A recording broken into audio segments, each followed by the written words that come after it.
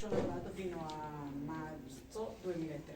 Ok, di là all'ingresso c'è un plexiglass col simbolo della Sacomar con scritto 6/11/2003, sempre nei nostri cuori. Che Una triste data.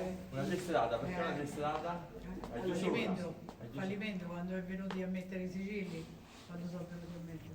Infatti io non l'ho vissuto quel giorno, Tu io l'ho visto dalla finestra, perché io abitando lì ho visto la scena, ma non sono scesa, dopo le ferie non sono più scesa sotto a lavorare.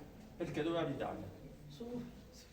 Sulle palazzine laterali, A sinistra o a destra? su quella di destra, quella lì, Quanti eravate a abitare qua? eravamo 3 famiglie. Lucci, poi eravamo il primo che è andato via, eravamo io con la mia tribù, che ero io, il marito e 5 figli. E Luci poi, e Moretti.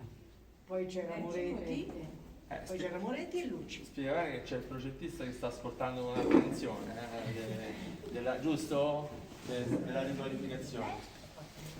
Quindi eravate 3 famiglie e tu abitavi lì? Io abitavo lì. Nell'altra palazzina c'era il primo piano la famiglia Pennelli, che anche loro già ci lavoravano, penso, fin da quando c'era pure l'edificio, penso. E solo c'erano gli uffici amministrativi. Ok. Non ci abitava poi Fortuna Mario? Sì, Fortunario Prima dell'ufficio. questo fuori dall'arco. Ok. Quindi nel senso che gli ingressi erano fuori dall'arco.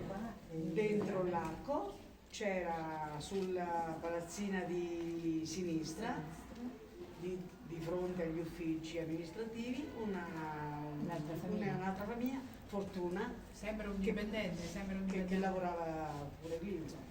Oltre ad abitare lì, tantissime famiglie però hanno costruito intorno, tant'è che il quartiere Monicino è la nato Conceria, è lì. detto quartiere Conceria, mi correggerà la gente. La che- Conceria ha dato lavoro e il lavoro ha portato i suoi frutti.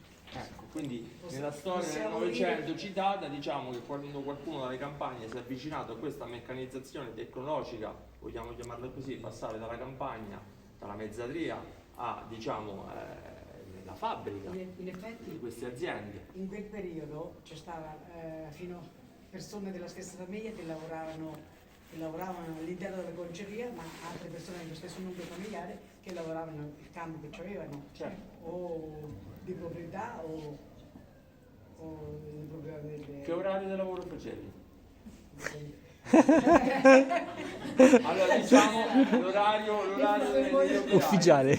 L'orario ufficiale. L'orario ufficiale è 8:30, No, 13, 8:12. 8, sì, quello si lava la sirena. Oh, quando suonava la sirena io volevo arrivare qui. Quando suonava la sirena. La sirena suonava dalle 8 mezzogiorno, 14, 16.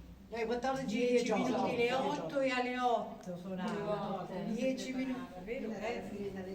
2 volte suonava. Due volte Dava il suonava. tempo a tutto il All'ingresso, territorio, sì, anche chi non ci lavorava. Certo, quando suonava la sirena in modo Ma che non 10 tutti, minuti. c'erano quelli che facevano i turni dalle 5, mia madre andava alle 5, questo è quello. all'una e mia zia dall'una fino alla sera. Però le sirene suonavano a quell'ora, Le 8. sirene Sì, suonavano esatto. Ok. Poi dopo che internamente C'erano dei c'erano reparti che turni facevano due diversi, turni. sì, c'erano turni anche nei momenti importanti, quando il lavoro i turni erano abbastanza pesanti. Certo. No, anche perché dipendeva dai reparti, per esempio il reparto Congia C'aveva faceva dalle un 5 orario particolare. all'1, capito? Cioè facevano orari diversi, non è che la sirena suonava sì, a 10 minuti le 8, le 8 a mezzogiorno, 10 minuti le 2 e poi alla sera alle 6, però non Certo, tutta- certo, no, non era io volevo arrivare tutta sulla quanta sirena, la forza immaginavo lavoratrice che abitandoci e poi nei periodi, perché siamo nel centro del distretto calzaturiero e quindi la Concia diventa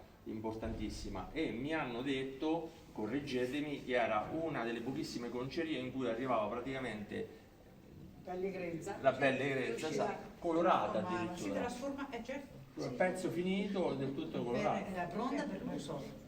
Una delle poche concerie in Italia Che era completa di tutto. che era completa di tutto. Una delle poche concerie che si può vantare di aver tirato fuori certi prodotti che erano all'avanguardia, che poi dopo Anche perché la struttura Poi di del tutto lavoro- adesso, cioè. Intanto chiaramente c'erano un po' divisi i settori. Ok. Io per esempio stando alle vendite insieme a lei, avevamo un titolare che era più o meno insomma era il referente dei nostri diritti.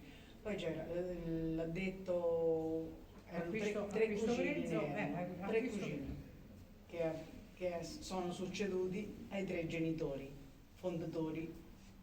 Inizialmente i fondatori sono stati 4 perché erano 4 fratelli. Ok. Un fratello, uno dei 4 fratelli è morto in un incidente. Già c'era la congeria, già era quando Sì, stava andando a congeria. Diciamo che prima hanno iniziato comprando le pelli grezze Ok. e poi hanno impiantato questa conceria. Alcune cose si facevano in conceria, parliamo insomma degli anni che io non perché mi sono state dette, perché non è che le ho vissute quelle lì.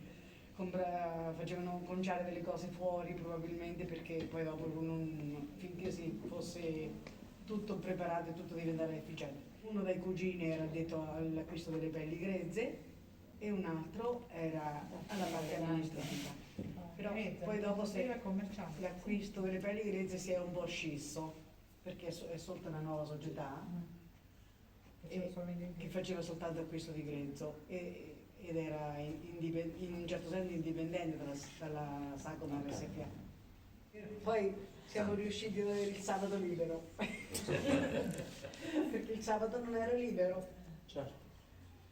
Comunque il lavoro era, diciamo, è un lavoro, perlomeno per me è stato un lavoro di soddisfazione, perché io siccome sono un po', non ero soltanto un discorso di ragioniera, è una parola che non mi rappresenta. appartiene. No. Posso farle una domanda, signora? Sì, dica. Gioventù Emolo, quando ha sbagliato i colori che una partita di tante pelli è andata al macero, che è successo? Allora, io questo particolare non me lo ricordo. No, perché l'affinazione del colorare delle pelli hanno fatto diversi esperimenti e una partita è andata. Grazie della presenza. Uno dei più grandi esperti che hanno deciso di il direttore aveva Grazie. Grazie.